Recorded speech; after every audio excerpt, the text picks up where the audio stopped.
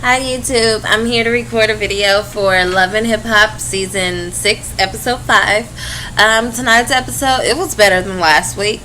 The storylines jump all over the place, so I'm really just going to go person by person or couple by couple.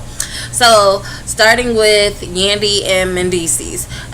They really didn't have much to their storyline except for the fact that Mendeecees' sentencing got postponed, which I think is great. I think the show helps to show him in like a more positive light and like a family man, and he's really trying to work with the community. So I really think that maybe these things may play a part in some of the decisions that are made within the courtroom, because they actually see the type of guy that he is, and he's trying to put forth effort. And he has a lot of kids that are counting on him as well. Nevertheless, he'll still have to serve his time, but as of right now, they're taking every day, day by day, and they're going to be a happy family. So I'm happy about that. As far as Yandy, she is working with Bianca again. Chicken noodle soup. She's working with her. And so she's meeting her at the studio. She believes in her talent. However, Bianca, like myself, is late. So she was an hour late, talking about she was doing her hair and her makeup. Like, Bianca, if you are a person that's late, you have to learn. You do not tell the truth. Like, oh, it took me so long because I was doing my hair and my makeup. Like, no, you come up with some like life or death situation that you were in, and that is why you were late. Like, you say like all your tires were flat or something. Like, I don't know. Like, say like you got an emergency phone call, or just say simply, oh, it's personal. But I have good reason. And I mean, you don't just tell her I was doing my hair and my makeup. She's not going to want to care. And then she's not going to want to work with you. Just like in this situation, she started questioning whether or not she wanted to work with her. Well, she told Bianca was kind of making me mad because she was acting like a 16-year-old when Yandy was talking to her, and she keeps rolling her eyes and like turning her head, and I'm thinking like, you're the one that's late. But okay, whatever. So she tells her you need to go to an etiquette class with a friend of mine, Tara, and so that you can do better as far as like being on the business side of the industry. And she was like, well, I'm just an artist. No, honey. You have to also be able to maintain a certain image, or you have to be able to be a bit filtered or have a certain type of etiquette in order for people to like accept you in the business or want to interview you or even want to deal with you, period. So apparently Tara is the person for that. Tara don't have her own life together, but she got to help with somebody else's. Anywho, speaking of Tara, let's jump to Amina. Amina meets up with Peter Gunn's daughter, which is really weird because she looks like she's not that far off from her age, and she's like, she's more of a friend to me than a stepdaughter. So you go and you tell his daughter, yeah, he's still playing around on me and da da da. Like, do you know how stupid you look? But whatever the case, she's like, yeah, I was pregnant, basically. I got an abortion. And they're like, oh my gosh. And Peter was like, well, I'll support you either way if you want to keep it or not. And so, but that's your wife. So you must have really not wanted her to keep it, because why would you, whatever. But, it's America, and she can do what she wants to do. She wants to get rid of the baby. She feels like that'll be best for her in the long run. That was her decision. Whatever. I'm in it, and I'm not in it. Next, moving on to Tara, which, side note, next week episode, it's quite obvious she's going to say she was feeling sick and now she's pregnant and blah, blah, blah. And I'll talk about that next week. But anywho, so Tara's talking to Peter, and she's like, I moved all the way out here, and you're doing the same thing. You keep taking me through the same thing. And like, Tara, when she was saying these things last season, I really felt her. I'm like, man, I feel sorry for her. She's hurt.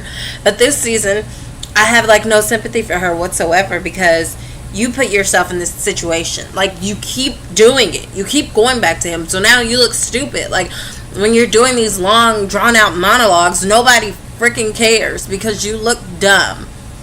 But anyways, Tara has decided to move out and move back to whatever city she was in New York. So she moves back there. She's meeting up with Bianca and Cardi B. Cardi B, y'all, she cracked me up this whole freaking episode. Like, her and Bianca was in like the Zumba class, and she was like, I'm not dancing no more unless I'm making some shmoney. What she say, shmoney? Okay, whatever, y'all. But she said she's not dancing no more unless she's making some money. She's just like hilarious. Like Young B can't even keep a straight face. Like she's dying laughing the whole time. So anywho, so they go to this like Tara's like etiquette class. I'm assuming in her apartment, and she's like asking them questions, and she's like, well, this is how you sip your tea. Well, to be honest, at some of the events that they'll probably be at, I highly doubt it'll be tea that they're sipping, but you know, whatever. So I really think that like they really just brought Cardi B along for pure entertainment. I understand that they need a certain level of etiquette, but like when she was like testing them and telling them to interview each other, they're trying to change their voice and everything, and no, they still have to be like who they are, because like that's who they are as the artist. That shows through their music, but maybe have like somewhat of a filter, or not be so like chill and relaxed like you're like talking to like a cousin at home or something. But Cardi was just cracking me up. She was teaching them like, I guess in order to like speak more properly, or to like pronounce your words better, you're supposed to do like tongue exercises. And Cardi B is like, well, you know, my man in jail. So I'm like, oh Lord. But anyways, so I learned something new tonight. So apparently you're supposed to like stretch your tongue out, and then you're supposed to like do that with your lips, and then what else did she do? Like open your mouth really wide. Apparently these things help. So the type of person I am, I'm probably going to do that in my spare time. But anywho, off of that story, what was next? Oh, BBOD.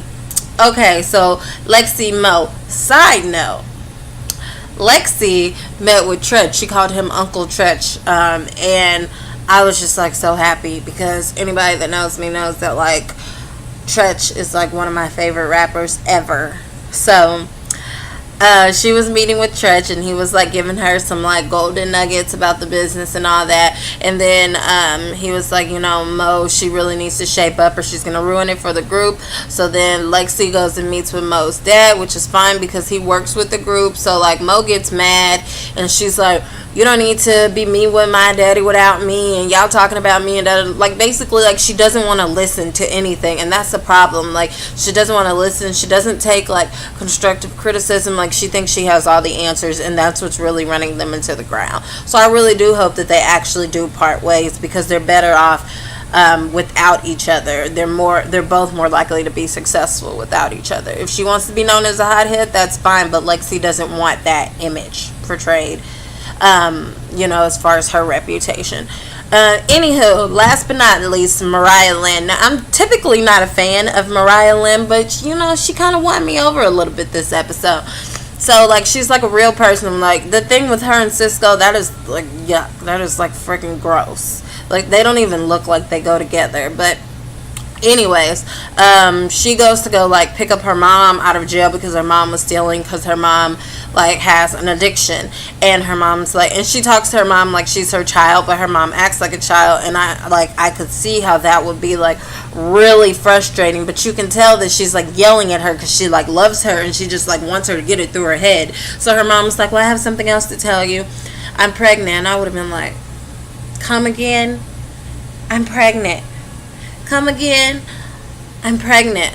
Okay, I'm gonna call you tomorrow. Like for real. Like what? Like you're what? Like that is like really disappointing. But being that she has a really good heart, she's just like, okay, I don't want my mom to go to jail. I don't want her to have a baby in jail. So she took her to court, and the judge had like postponed her sentencing for a year so she doesn't have the baby while she's in jail. Well, okay, so when she goes to jail, Mariah Lynn is supposed to take care of this baby. Like this is like ridiculous. Like I felt for her, and I was like, okay, this is why, you know, she's trying to be on the come up, do something with herself, because she clearly has to take care of her family, and the support she probably needs, she doesn't get it because she's always giving support. But anywho, side note, I did go on YouTube and I looked up her video, and it was actually, you know, like very catchy. Like once upon a time, not long ago, I was a hoe. I'm telling you, I felt like I knew the whole song. Like it was like kind of funny, like if you watch the video. But anywho, don't have much more to say. Please like, comment, and subscribe. Tell me what you think. Also visit my blog at amorgan.blog.com.